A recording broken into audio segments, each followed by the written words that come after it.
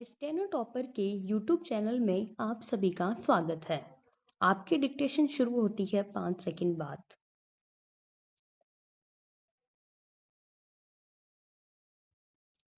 सभापति महोदय, मैं रक्षा मंत्रालय की मांगों का समर्थन करने के लिए खड़ा हुआ हूँ।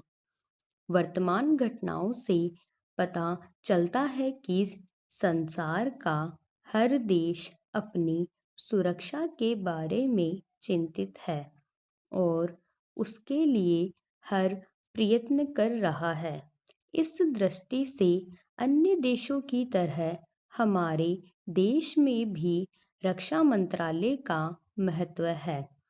मुझे इस बात की खुशी है कि जहां अन्य मंत्रालयों की उनके पिछले साल के कामों के बारे में काफ़ी आलोचना हुई है, वहां इस मंत्रालय की कम आलोचना हुई है।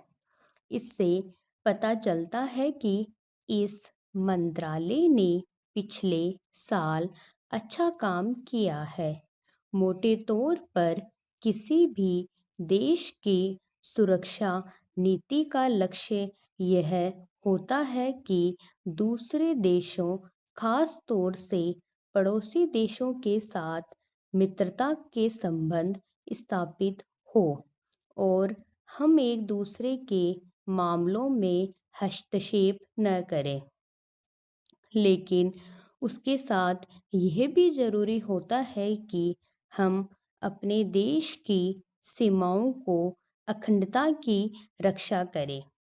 इसीलिए हमारे देश का यह कर्तव्य हो जाता है कि हम अपने पड़ोसियों के कार्यों पर पूरी नज़र रखें, क्योंकि आज तक हमारे देश पर जो संकट आए वे हमारे पड़ोसियों से आए हैं।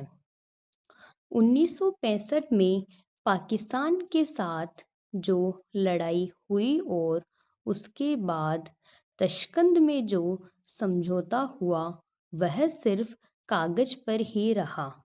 पाकिस्तान ने उस पर कोई अमल नहीं किया।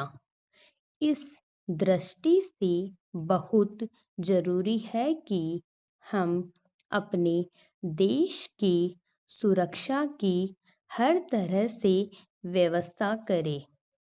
हमारा उद्देश्य दूसरों पर आक्रमण करना नहीं है, लेकिन हम पर कोई आक्रमण करे तो हम में इतनी शक्ति अवश्य होनी चाहिए कि हम उसका डटकर सामना करें।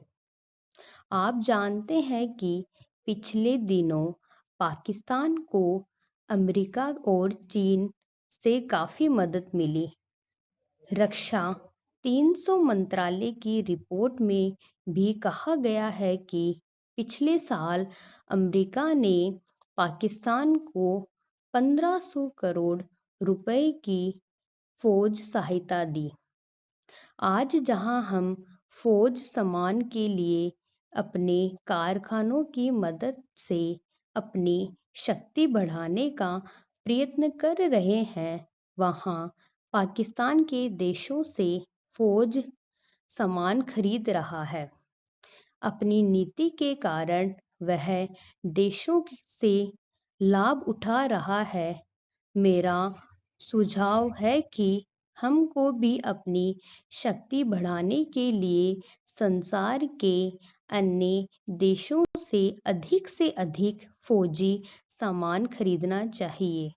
आज तिब्बत की सीमा पर चीन की 1.5 लाख फौज खड़ी है।